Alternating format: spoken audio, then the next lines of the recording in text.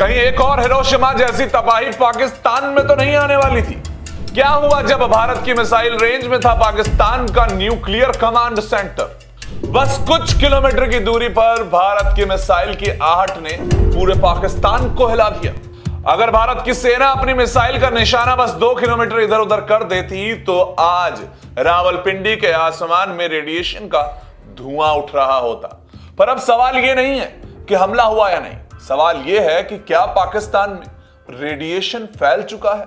दावा किया जा रहा है कि पाकिस्तान के किराना हिल्स स्थित न्यूक्लियर स्टोरेज फैसिलिटी में भारतीय वायुसेना की कार्यवाही के बाद कोई बड़ी गड़बड़ी या हादसा हो चुका है, जो इसके प्रमाण इस वक्त नजर आ रहे हैं। इस वीडियो में जान। नमस्कार, मैं हूं वरुण भसीन। समझते हैं न्यूक्लियर रेडिएशन से जुड़ी पहेली को। दोस्तों, अमेरिका समेत दुनिया की कई देश जिस सीज फायर की वाहवाही कर रहे हैं ना, उसके पीछे की असल कहानी बहुत ज्यादा खतरनाक है। बहुत से तथ्य आपके लिए मैं जोड़ के लाया हूं। यह सिर्फ एक संघर्ष का अंत नहीं, यह उस डर की शुरुआत है जिसने पाकिस्तान की नींव हिला दी। और क्यों अमेरिका को पाक के कुछ सैन्य अड्डों और एयरबेस को अपने कब्जे में करने का एक सही मौका मिल चुका है, सिर्फ इसीलिए इस समय में क्यों, एक कहानी के रूप में समझते हैं। 10 मई को भारत ने किया ऐसा हमला जिसने पाकिस्तान को न्यूक्लियर ब्लैकआउट के मुहाने पर पहुंचा दिया। और इसकी सबसे बड़ी मिसाल है नूर खान एयरबेस पर मिसाइलों की बरसात, जिसके बाद पाकिस्तान भागते हुए अमेरिका पहुंच जाता है और कहता है कि भारत के हमले को रोकने के लिए प्लीज हमारी मदद करिए। यह किसी बड़े युद्ध की आहट तो नहीं थी। कहीं एक और हिरोशिमा जैसी तबाही पूरे साउथ एशिया में, पाकिस्तान में नहीं तो नहीं आ सकती थी। अमेरिका भी सोचने लगता है कि ये तो गड़बड़ी हो सकती है। सुबह तक जो अमेरिका युद्ध से दूर था, वो अचानक पंच बन के सामने आ जाता है। आप भी सोच रहे थे कि ट्रंप ये सब क्यों कर रहा है। ये दुनिया की सबसे बड़ी तबाही की आहट शायद वहां नजर आ गई थी अमेरिका को।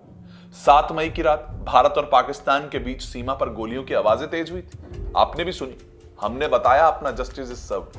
पर असली धमाका 10 मई को ही हुआ। और वो धमाका सिर्फ एक एयरबेस पर नहीं हुआ, बल्कि पाकिस्तान की रगों में, उसकी हिम्मत में और शायद उसके परमाणु सिस्टम पर भी हुआ था। पूरा पाकिस्तान कांप गया था।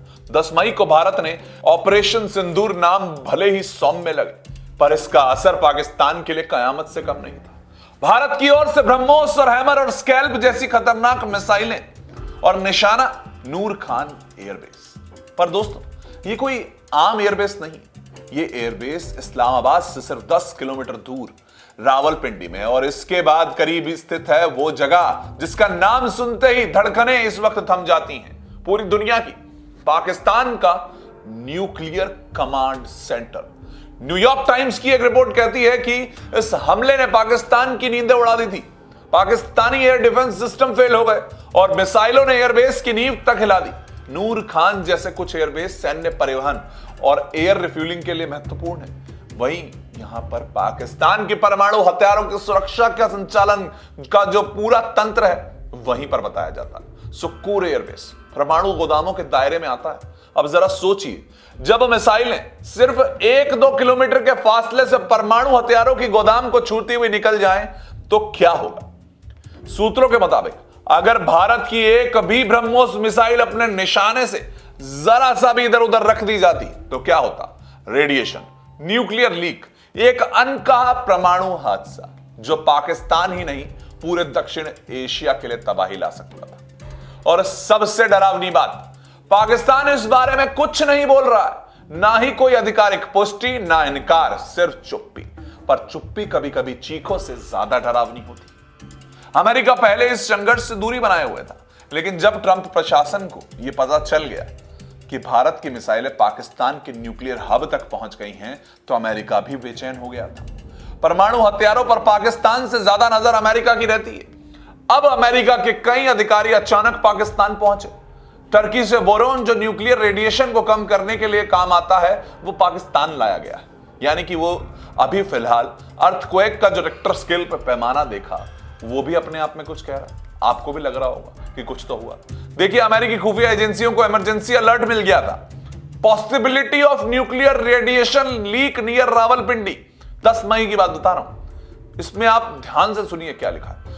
पॉसिबिलिटी ऑफ रेडिएशन लीक, ये कोई अफवाह नहीं, बल्कि वो रिपोर्ट्स हैं जो आज भी अमेरिका का जो मीडिया है वो इस वक्त लगातार चला रहा है। क्या पाकिस्तान ने अपने परमाणु हथियारों के पास हुई तबाही को छुपा लिया है, क्या नूर खान एयरबेस पर भारत का हमला एक चेतावनी नहीं बल्कि एक रणनीतिक डेमो था कि अब अगली बार से ब्लैकमेल मत कह रहना, जिसके बारे में प्रधानमंत्री नरेंद्र मोदी भी कहते हुए नजर आए।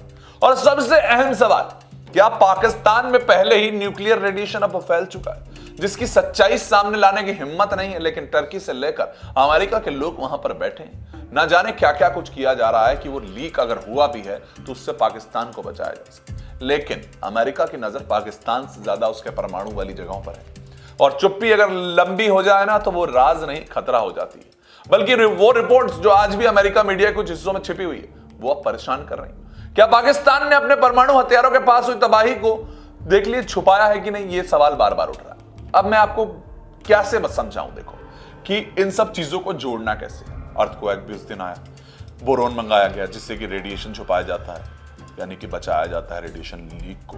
और उसके साथ अब अमेरिका को ऐसा क्या था कि बीच में आना पड़े। अमेरिका को न्यूक्लियर से जुड़े हुए हमलों का ही, परमाणु हमले का ही डर था।